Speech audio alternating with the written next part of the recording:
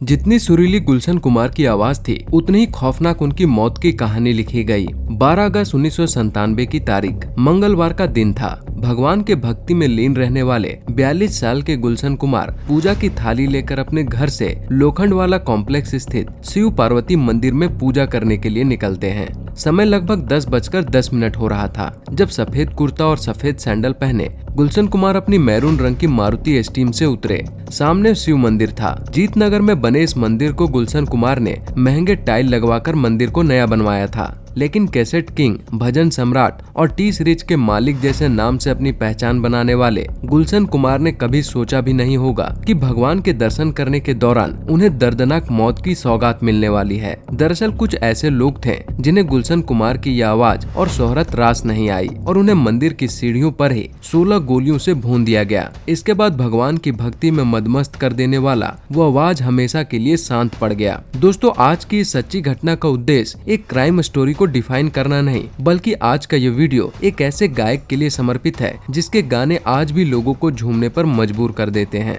Juice की दुकान चलाने से लेकर टी सीरीज जैसे बड़ी इंडस्ट्री को खड़े करने वाले गुलशन कुमार के साथ ऐसा क्या हुआ जिसके कारण उन्हें 16 गोलियों की भेंट मिली। चलिए जानते हैं दिल को दहला देने वाले इस काले सच के बारे में। शुरू के बादशाह कहे जाने वाले गुलशन कुमार न सिर्फ अपने आप में एक मंझे हुए गायक थे, बल्कि उनके दम पर कई लोगों ने म्यूजिक इंडस्ट्री में अपना नाम बनाया। गुलशन कुमार की हत्या और अंडरवर्ल्ड से उनकी उलझी हुई गुत्थी अपने आप में ही एक लंबी कहानी है, लेकिन इन सब के बावजूद उनकी अपनी एक जिंदगी भी थी। दरअसल गुलशन कुमार का पूरा नाम गुलशन कुमार दुआ था। इनका जन्म एक पंजाबी परिवार में 1956 में दिल्ली में हुआ था। गुलशन ने दिल्ली के देशबंधु कॉलेज से स्नातक की डिग्री हासिल की। गुलशन कुमार ने ग्रेजुएशन के बाद दिल्ली के दरियागंज इलाके में अपने पिता चंद्रभान के साथ जूस की दुकान चलाया करते थे, लेकिन कुछ सालों के अंदर ही जूस की दुकान से गुलशन कुमार का मन उब गया। बेटे गुलशन का रुझान देखते हुए उनके पिता ने दरियागंज में ही एक दुकान और खरीद ली। इस दुकान में गुलशन कुमार सस्ती कैसेट्स और गाने रिकॉर्ड कर बेचा करते थे।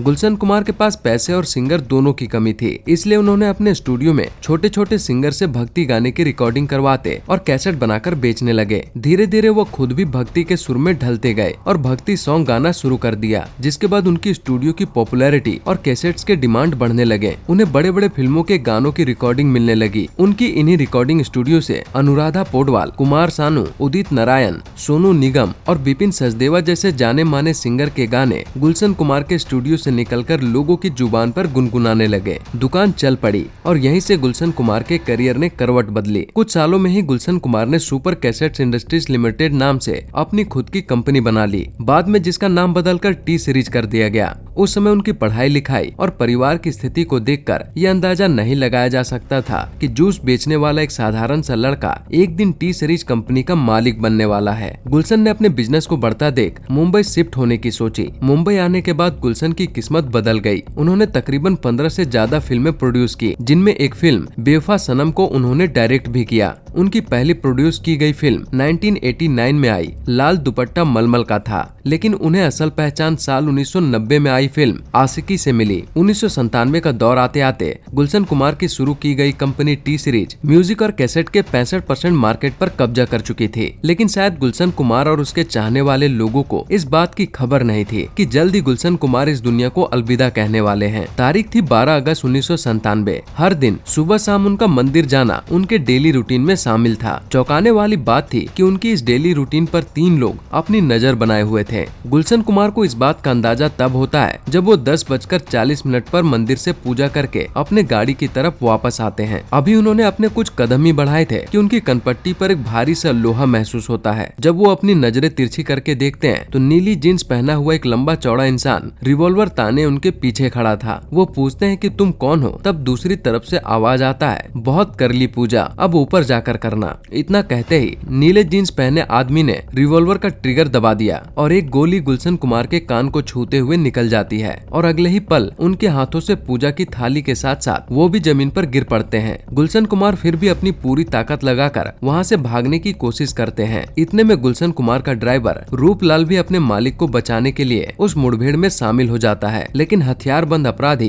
रूपलाल के दोनों पैरों में गोली मार देते हैं और रूपलाल भी वहीं गिर पड़ता है। गोली की आवाज सुनकर आसपास के सभी लोग अपने अपने घरों के दरवाजे बंद कर लेते हैं और चारों तरफ सन्नाटा छा जाता है। तभी हमलावर गुलशन कुमार के पास पहुंचता है और उसके पीछे पीछे दो हथियारबंद लोग भी वहां आ जाते हैं। अब हमलावर फायर करना शुरू कर देते हैं। हमलावरों के बंदूक से एक के बाद एक 16 गोलियां गुलशन कुमार के पीठ और गर्दन को चीरते हुए निकल जाती है और इस तरह किसी फिल्म की सीन की तरह उनकी जिंदगी की आखिरी सांस इस मंदिर के बाहर बंद पड़ जाती है। कहा जाता है हथियारबंद लोगों ने केवल 2 मिनट में इस दर्दनाक घटना और एक सुरीली आवाज का अंत कर दिया था और इसके बाद तीनों हमलावर पास खड़ी एक टैक्सी पर सवार होकर वहां से निकल गए। इस घटना के आधे घंटे के बाद पहले पुलिस और फिर उनके परिवार को इस घटना की खबर दी जाती है। पुलिस घटना स्थल पर पहुंचती है और घायल गुलशन कुमार को जल्द से जल्द नजदीक के कपूर हॉस्पिटल ले जाती है, लेकिन अफसोस डॉक्टर उन्हें मृत घोषित कर देते हैं। फिल्मी जगत में मधुर संगीत देने वाले एक मशहूर कलाकार को एक दर्दनाक मौत मिली थी, लेकिन सवाल था कि इस हत्या के पीछे वो कौन थे जिन्हें गुलशन कुमार की आवाज और शोहरत रास नहीं आई। चलिए इस सुर सम्राट और टी सीरीज कंपनी के मालिक की हत्या के पीछे के कनेक्शन को समझते हैं। दरअसल एक मीडिया रिपोर्ट के अनुसार उनकी मौत की उलझी हुई कहानी अंडरवर्ल्ड से जुड़ी थी। 1994 से लेकर 1997 के बीच मुंबई में कई फिल्म प्रोड्यूसर को धमकियां मिल रही थी। इनमें सुभाष घाई जैसे कई सारे बड़े डायरेक्टर का नाम भी शामिल था। यहाँ तक कि उस समय के जाने माने फिल्म प्रोड्यूसर जावेद रियाज सिद्दीकी की हत्या भी कर दी गई थी, जिसमें दाऊद इब्राहिम का नाम सामने आया था। इसी बीच 1997 के दौरान गुलशन कुमार के म्यूजिक कंपनी भी पीक पर थी, जिस पर अंडरवर्ल्ड की नजर पड़ चुकी थी। एक मीडिया रिपोर्ट के अनुसार गुलशन कुमार को अंडरवर्ल्ड के धमकी भरे कॉल भी आने शुरू हो गए थे। जब यह बात यूपी के तत्कालीन मुख्यमंत्री कल्याण सिंह को पता चली, तब उन्होंने गुलशन कुमार के लिए एक बॉडीगार्ड की भी व्यवस्था करवाई। इसके कुछ दिनों बाद तक पूरा मामला शांत रहा, लेकिन फिर कहानी शुरू होती है नदीम श्रवण और टी सीरीज के बीच की,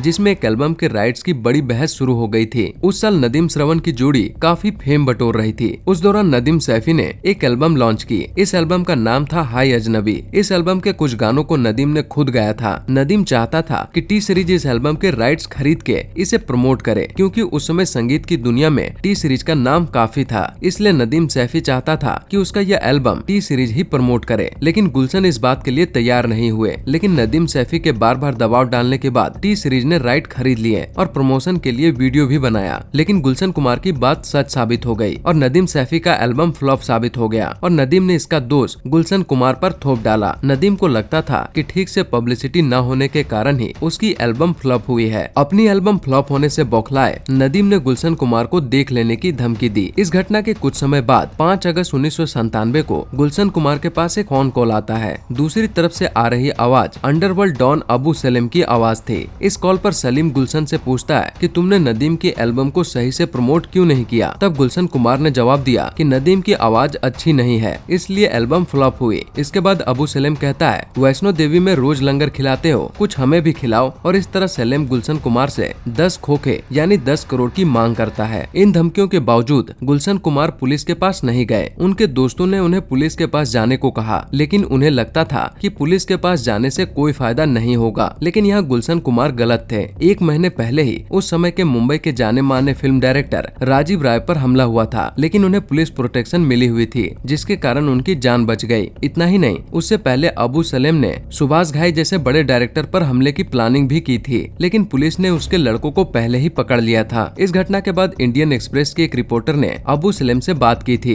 रिपोर्टर ने सलीम से पूछा, क्या तुम्हारी धमकियां सिर्फ कोरी है? तब इस पर उसने एक चौंकाने वाली बात कही, सिर्फ 1 हफ्ता और इंतजार करो। और इस धमकी के कुछ ही दिनों के बाद गुलशन कुमार को गोली मार दी गई। इस हत्याकांड के बाद पुलिस की इन्वेस्टिगेशन में कई सारी चौंकाने वाली कहानी सामने आई। इंडियन एक्सप्रेस के एक रिपोर्टर से अबू सलीम की बातचीत होने के बाद और गुलशन कुमार को जान से मारने से पहले मई 1997 में दुबई में अनीस इब्राहिम के दफ्तर में एक मीटिंग हुई थी, जिसमें अनीस इब्राहिम, अबू सलीम और एक गैंगस्टर मौजूद थे। इस मीटिंग में तय हुआ कि गुलशन कुमार को मारकर एक नजीर पेश की जाएगी। इसके बाद 3 लोगों को हायर किया गया, जिनमें से एक था असद राउफ उर्फ दाऊद मर्चेंट, जो अबू सलीम का खास था। गुलशन कुमार हत्याकांड वाली छानबीन में दाऊद मर्चेंट और उसके भाई अब्दुल राशिद को पुलिस गिरफ्तार कर लेती है और इसके अलावा चार्जशीट में 19 लोगों को गुनहगार बताया जाता है। इस केस में आखिरी फैसला साल 2021 में आया था, जब अदालत ने अब्दुल राउफ उर्फ दाऊद मर्चेंट को उम्र कैद की सजा सुनाई। आई। इस हत्याकांड की कहानी अभी खत्म भी नहीं हुई थी कि नदीम सैफी मुंबई छोड़कर लंदन चला गया था, जबकि अबू सलेम को पुर्तगाल से भारत लाया गया, लेकिन उस पर कभी गुलशन कुमार हत्या का केस नहीं चला। चौंकाने वाली बात थी कि एल्बम रिलीज के मामले में हुई बहस को नजरअंदाज करते हुए गुलशन कुमार हत्याकांड के मामले में भारत सरकार ने उसके प्रत्यर्पण की कोशिश की, लेकिन उस समय तक नदीम ने ब्रिटिश नागरिकता ले ली थी। इसके बाद ब्रिटिश अदालत ने उसके खिलाफ पेश किए सबूतों को अपर्याप्त मानकर उसे सौंपने से इनकार कर दिया। गुलशन कुमार के इस हत्या के पीछे और न जाने कितने लोगों का हाथ था, यह कह पाना काफी मुश्किल है, लेकिन इतना जरूर कहा जा सकता है कि गुलशन कुमार का नाम और लेगेसी आज भी टी सीरीज के नाम से जिंदा है, क्योंकि गुलशन कुमार की हत्या होने से पहले ही वे म्यूजिक के दुनिया के इंटरनेशनल ब्रांड बन चुके थे। यही कारण है कि आज टी सीरीज का नाम टॉप म्यूजिक कंपनियों में से एक है। रिपोर्ट्स के मुताबिक टी सीरीज न सिर्फ भारत में बल्कि 24 देशों के साथ साथ 6 महाद्वीपों में फैला हुआ है। आज गुलशन कुमार की ये कंपनी गुलशन कुमार का बेटा भूषण कुमार और बेटी तुलसी संभाल रही है। खैर, अंडरवर्ल्ड और बॉलीवुड की चौंकाने वाली इस घटना पर आपकी क्या प्रतिक्रिया है? अपनी राय हमें कमेंट बॉक्स में जरूर बताएं।